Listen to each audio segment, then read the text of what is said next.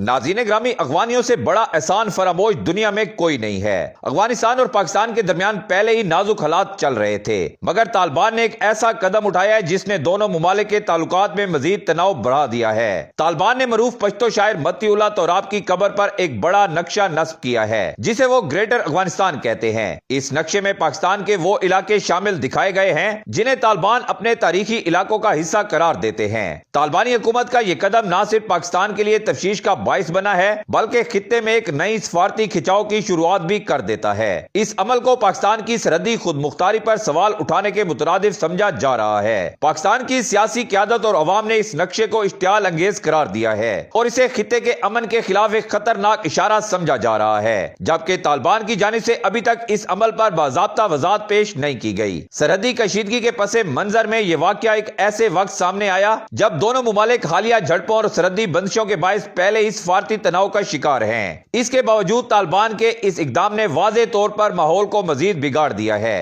تجزیہ کاروں کا کہنا ہے کہ یہ نقشہ نہ صرف جذباتی رد عمل بھڑکانے کے لیے ہے بلکہ یہ خطے کی نئی سیاسی حکمت عملی کی نشاندہی بھی کرتا ہے۔ اگر دونوں ممالک نے اس مسئلے کو سنجیدگی سے نہ سنبھالا تو صورتحال مزید خراب ہو سکتی ہے۔ اس وقت پورا خطہ ایک ایسی کیفیت میں داخل ہو رہا ہے جہاں ذرا سی غلطی بڑے تصادم میں بدل سکتی ہے۔ پاکستان اس عمل کو اپنی علاقائی خود مختاری کے خلاف تصور کر رہا ہے، جبکہ طالبان اسے قومی نظریے کا حصہ قرار دے رہے ہیں۔ اب دیکھنا یہ ہے کہ آنے والے دنوں میں دونوں ممالک اس معاملے کو بات چیت سے سلجھاتے ہیں یا یہ قدم ایک بڑی سفارتی جنگ کی شروعات ثابت ہوگا۔ کچھ جاہل کہتے ہیں کہ افغانستان کے پاس متبادل راستے ہیں، انہیں پاکستان سے تجارت بند ہونے سے کوئی فرق نہیں پڑتا۔ آئے میں آپ کو بتاتا ہوں کہ افغانستان کو کتنا فرق پڑ رہا ہے۔ افغانستان جو خشکی میں گھرا ہوا ملک ہے، اس کی تجارت کی شہ رگ ہمیشہ پاکستان کی بندرگاہیں رہی ہیں۔ کراچی اور بن قاسم کے راستے نہ صرف افغانستان کی درآمدات آتی تھیں بلکہ اس کی برآمدات بھی دنیا تک پہنچتی تھیں۔ آج جب یہ راستہ تقریباً 2 ماہ سے معطل ہے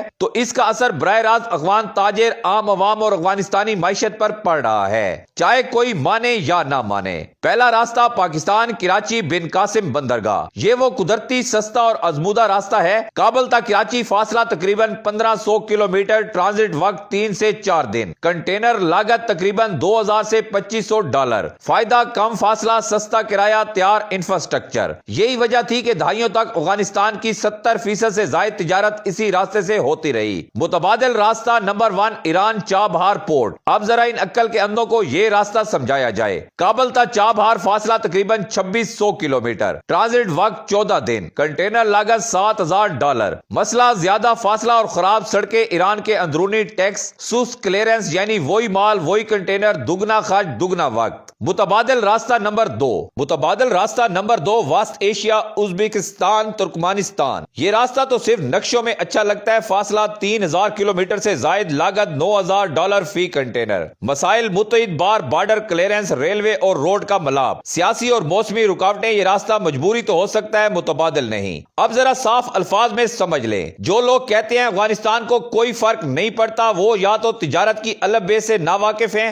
یا جان بوجھ کر آنکھیں بند کیے ہوئے ہیں۔ افغان پھل، خشک میوہ، قالین سب بند پڑے ہیں، کنٹینر سرحدوں پر رکے ہوئے ہیں، تاجروں کا سرمایہ پھنسا ہوا ہے، عام افغان شہری تک مہنگائی پہنچ چکی ہے۔ یہ صرف پاکستان کی جغرافیائی برتری نہیں بلکہ تاریخ، عقل اور شعور اور زمینی حقیقت کا فیصلہ ہے کہ افغانستان کے لیے سب سے سستا، مختصر اور مؤثر راستہ پاکستان ہی ہے۔ تم بھارت کی گود میں بیٹھ کر ہماری داڑھی کھینچنے کی کوشش کرو، یہ کسی بھی صورت میں قابل قبول نہیں۔ جو جاہل کہتے ہیں کہ افغانستان کے پاس متبادل راستے ہیں، انہیں کوئی فرق نہیں پڑتا، ان کی عقل پر ماتم کرنا چاہیے۔ آپ اس حوالے سے کیا رائے رکھتے ہیں؟ اپنی رائے کا اظہار کمنٹ سیکشن میں ضرور کریں۔